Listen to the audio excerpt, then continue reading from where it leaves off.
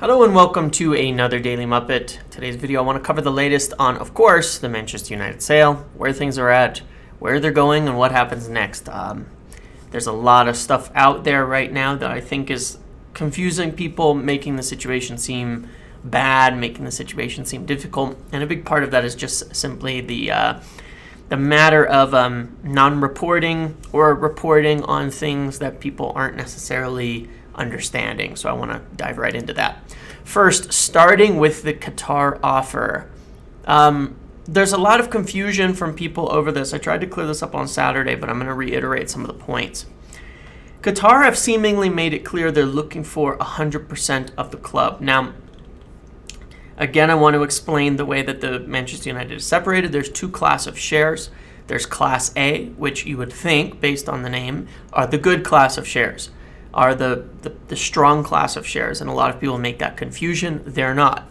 Class A shares are shares publicly traded you can go buy on the New York Stock Exchange. They have 1/10 the voting power of Class B shares, and there's only about 40 million of the Class A shares, where there's 120 million of Class B. So Class A shares are traded on the New York Stock Exchange. They're publicly traded. You could go buy and sell them right now if you wanted to. Those are the ones that the graph is monitoring on price per day, and I'll talk about that in a second because some people are worried about that too. Class B are what the Glazers own that control the club. These are the controlling shares privately issued that nobody can buy. They even have their own bylaws. If someone were to sell the Class B, it gets converted to Class A, so that siblings of the Glazers can't just sell pieces off to other people. It has to be all in one group decided effort. Class B are the controlling shares. There's more of them, and they have 10 times the voting power. That's what controls the club. There's 69% of the total shares of the club, but they have the voting power of about 98% or 99%. So effectively, they're complete control of the club. Qatar's offer, when they're saying it's for 100%, it's still a little unclear because I think people saying it don't necessarily know themselves, and a lot of the journalists who are reporting are not financial experts, and so they say kind of somewhat misleading things. Rain Group are not administering the sale of 100% of the shares. Legally, from the location that Manchester United is registered in the Cayman Islands, they're not really linked. If you buy the Class B shares, you have to go through a whole separate process to buy the Class A shares from the market to reach a certain cap where you can then buy the rest and take the company private. It's likely that's what the Qataris are trying to do, but it's not what they do with Rain Group. So people are getting wrapped up in amounts and percentages and things like that, and they shouldn't be, because it's just not clear yet what the point is anyway. If Qatar were offering $5 billion for 100%, that's only 3.35 billion to the Glazers. So it's a pretty low offer. I don't think it's what's happening, but it's very confusing at the moment, and there's not a lot of clear information. So my point to it is that I wouldn't think about the amounts that anyone is saying right now in terms of who's winning, who's ahead, or anything like that, because I don't think you can. Just understand the difference being the Qataris are looking in the end to take over the whole club. That was their point. The initial offers were not about dollar amounts. It was about, we think the club is valued around this amount. We're willing to go in for that, and this is what we want. So based on that, it looks like the Qataris value the club around $5 billion, and they, in the end, want 100%. And they were kind of detailing some of their plans in the way they made their statement and offers. That's what Qatar is trying to do. That's what they're looking for. They want to take over the whole club, and that's always been expected. Qatar probably don't want the club to be public. You could imagine if they want to take the club over, they have no reason to want it to be public, and and they want to take it all over and buy the whole thing and take it private themselves. Now, does it matter? Not really. I've seen some comparisons to public, 100% versus the 69%, as if it matters. It's literally meaningless for us as fans, from a neutral perspective. From the running of the club, it's virtually meaningless. It means very little. It means nothing. So that's where their offer is. That's what they're trying to do. we don't know the details of the bids, and I'll explain sort of the process of what comes next in a minute. Sir Jim Ratcliffe's offer is basically he just wants to buy the Glazers' controlling stake.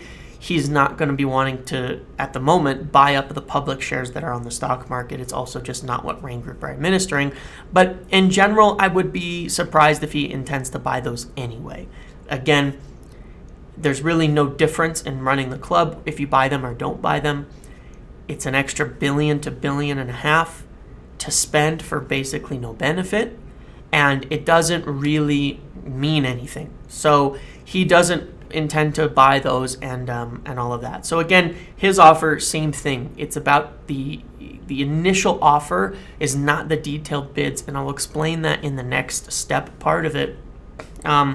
It's basically when they say it's indicative, what they mean is the offer is I think the club is valued around this much. I'm willing to pay into that value and make offers towards that value.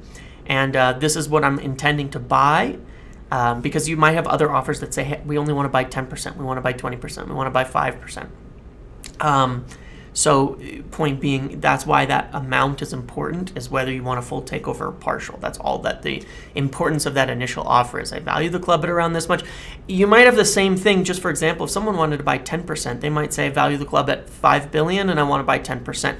It's not a precise offer, but it's saying, this is the range we value the club, and this is where we're going. And that's what Qatar has done. That's what Jim Ratcliffe has done. The details of the bids are really not that important.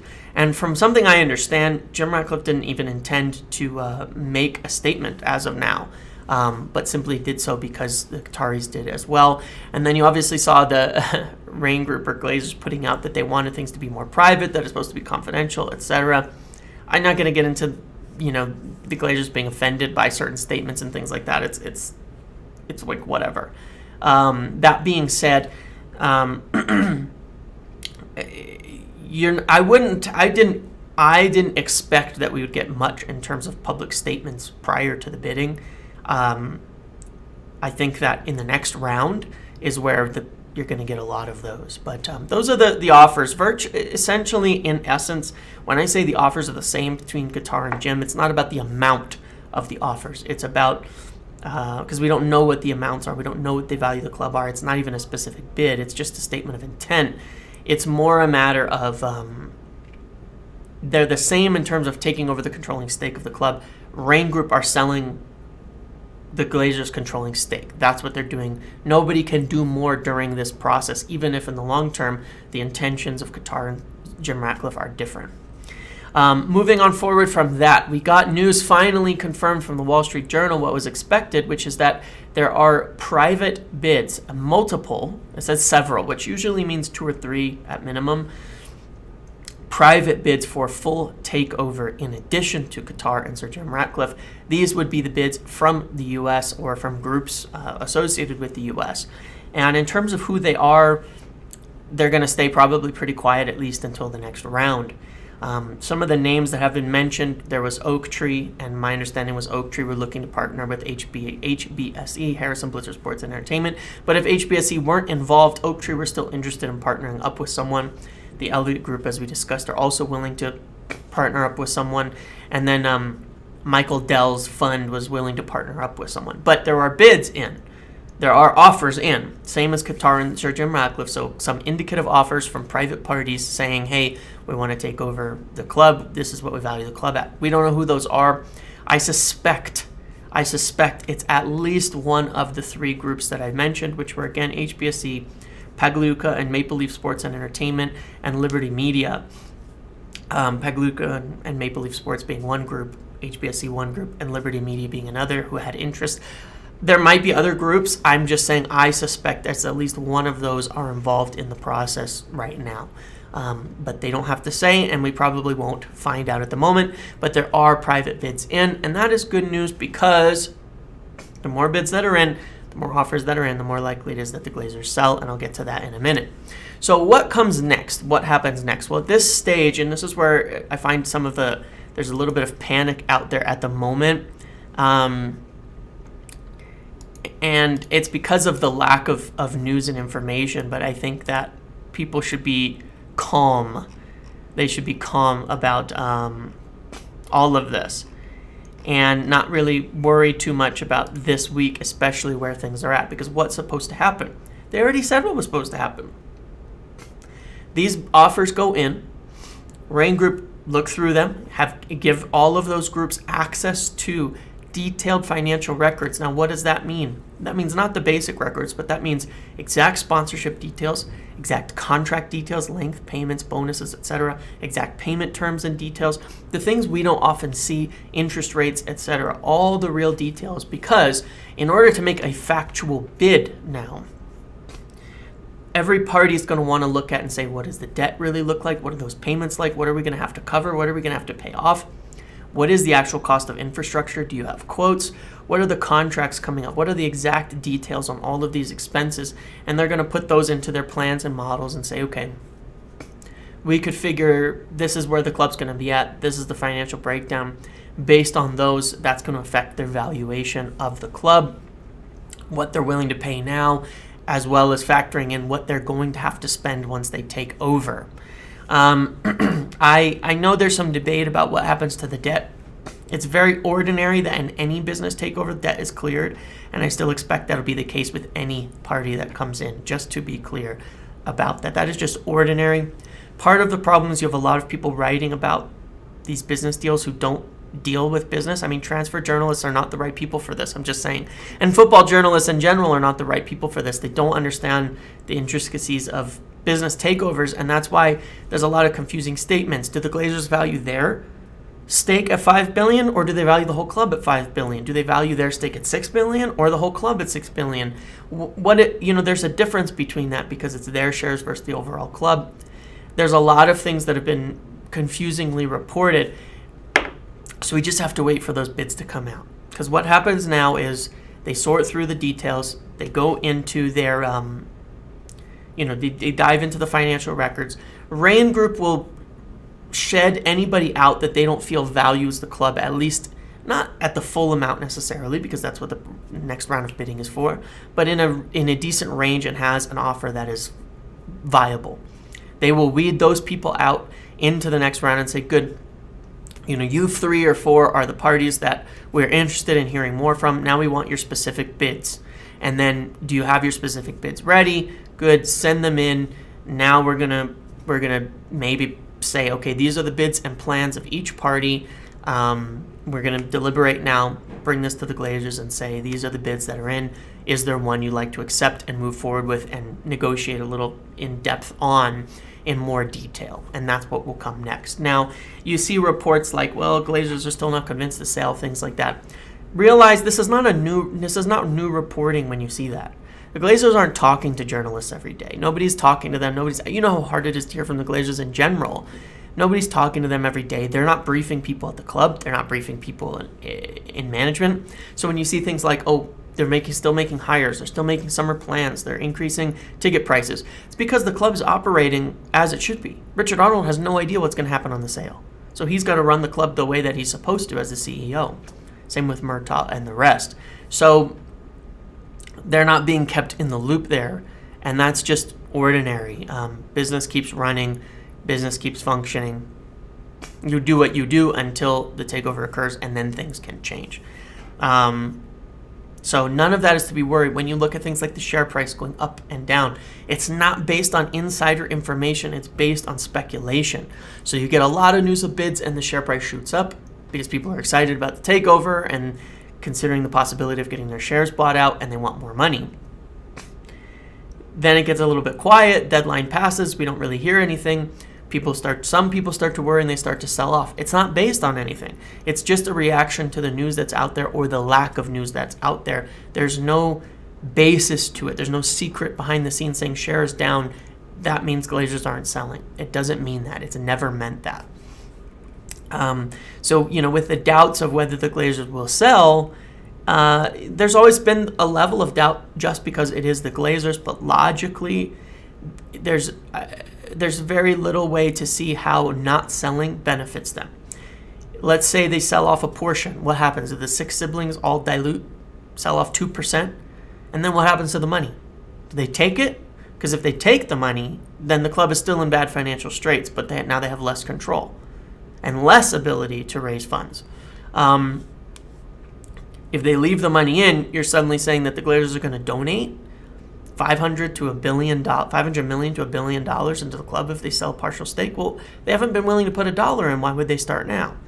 There's no real logical avenue here for where not selling makes sense. I think there's just been nothing new at the moment. And, it's the Glazers, so it's always like you're going to be worried about them making stupid decisions and things like that. But fact of the matter is, logically, it doesn't make sense. Rationally, there's been nothing new for ages from the Glazers. It's just a lot of speculation, so we're going to have to see on that.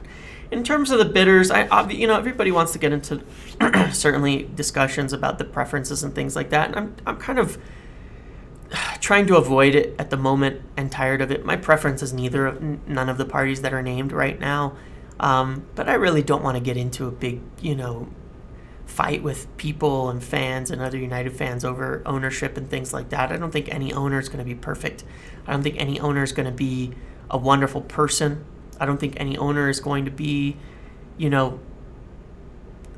someone that I personally am going to be excited about as an individual, because I just don't think that there are people who make that much money and have this much money that are the types of people I would want to be excited about as individuals.